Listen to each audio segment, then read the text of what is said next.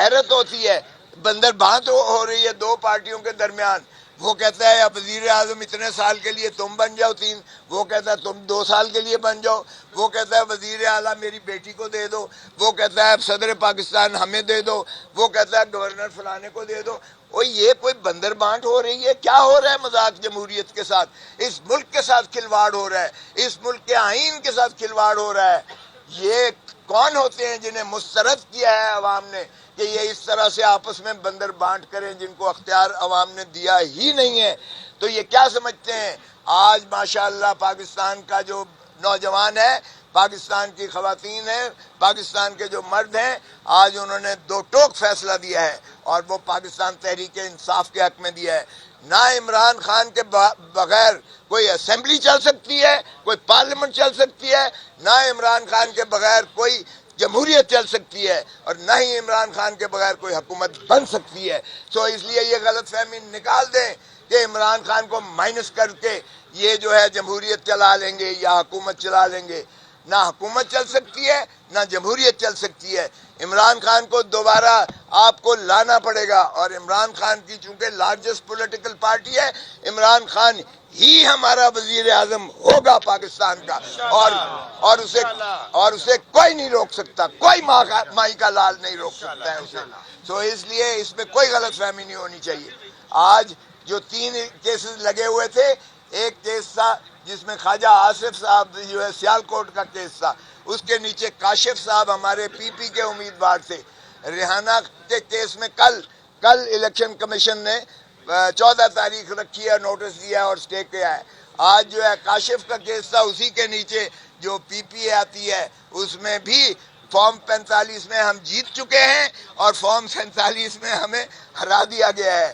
یہ پیٹرن بھی بہت بڑا مذاق ہے، کیونکہ 45 میں ریٹرننگ پریزائڈنگ آفیسر دیتے ہیں جو سینکڑوں میں ہوتے ہیں، اور ایک ریٹرننگ آفیسر اس کے دفتر پر کوئی اور قبضے کر کے اور وہاں جوتے مار کے اور مکے مار کے اور ٹھڈے مار کے ان کو نکال دے کر اور ایک نیا جو ہے فارم بن جاتا ہے. اس لیے وہ بھی مسترد ہے، اور یہ الیکشن کمیشن کا آئینی فریضہ ہے کہ اس کی تصحیح کرے.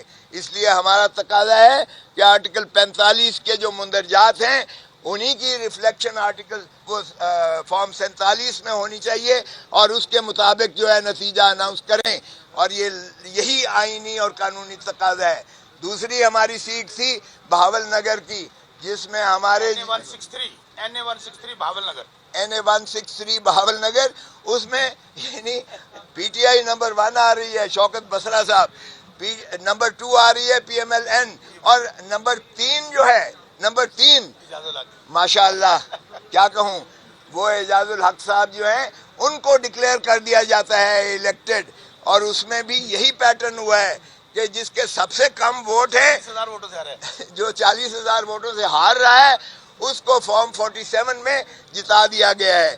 آج دونوں کی تھی، ہماری تھی شوکت بسرا صاحب کی، اور PMLN کی بھی تھی ساتھ ہی.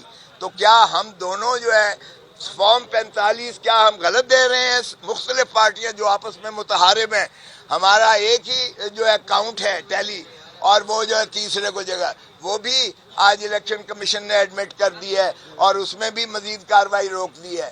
تیسری تھی ڈیرہ غازی خان کی، محی الدین کھوسا کی، وہ PP 290 میں ڈی جی خان میں بھی یہی ہوا کہ پریزائڈنگ آفیسرز کی حد تک فارم 45 موجود ہیں، اور جب ریٹرننگ آفیسر کا جاتا ہے وہاں کوئی اور مخلوق قبضہ کر لیتی ہے، اور مخلوق قبضہ کرنے کے بعد سب کو دھکے دے کے نکال کے اور فارم 47 میں اس کو جتا دیتی ہے، جو 16,000 ووٹوں سے ہارا ہوا ہے اس کو جتا دیتی ہے 1,500 ووٹ سے، اور جیتنے والے کو ہرا دیتی ہے. وہ بھی آج بینچ نمبر 2 میں لگا ہوا تھا، اور انہوں نے اس کو بھی ایڈمٹ کر کے مزید کارروائی روک دی ہے. تو یہ اس طرح سے جو ہے آپ کسی کے پہلے تو یہ دھن دولت لوٹ کر یہ بار فرار ہوا کرتے تھے، یہ جو ہے ماشاءاللہ جو ذل سبحانی کو تاج پوشی کے لیے لایا گیا تھا، اور میں 100 دفعہ کہہ چکا ہوں یہ عنقریب لندن جائے گا واپس، اور واپس جاتے ہوئے کہے گا مجھے کیوں بلایا. یہ عنقریب آپ دیکھیں گے. تو ایسے دھاندلی شدہ جو ہے وکٹری پر شرم آنی چاہیے. پاکستان کے عوام کو، پاکستان کی جمہوریت کو، پاکستان کے آئین کو اور پاکستان کو میں سمجھتا ہوں چلنے دینا چاہیے. اور اسی طرح ساہیوال میں بھی 141 NA ساہیوال، اس میں بھی رانا عامر شہزاد کو اسی بھونڈے طریقے سے ہرایا گیا جو بالکل واضح اکثریت سے جیت رہا تھا.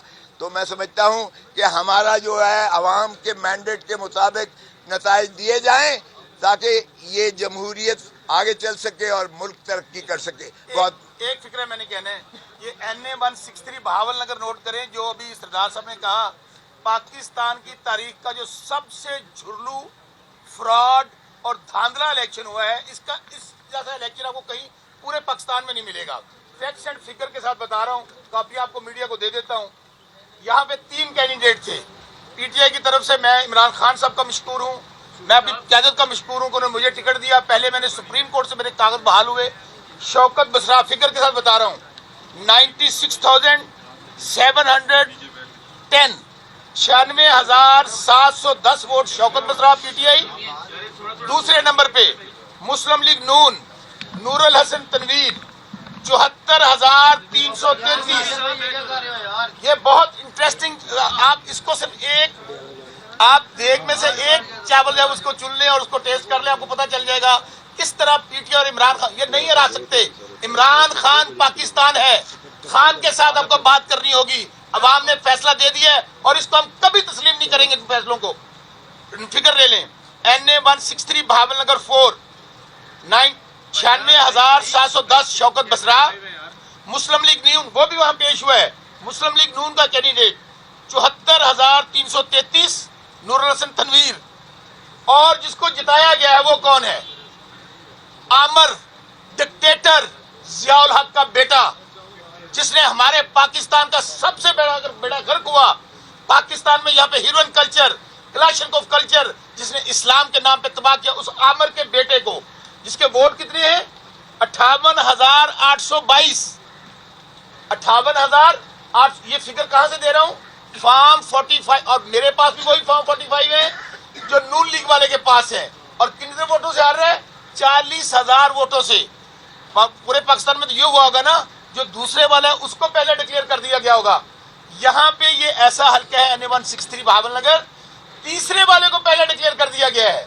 اور میں الیکشن کمیشن کا مشکور ہوں، سردار صاحب کا مشکور ہوں. الحمدللہ ہماری پارٹی لڑے گی اس وقت تک لڑے گی جب تک ہم عمران خان کو دوبارہ وزیر اعظم نہیں بنا لیتے.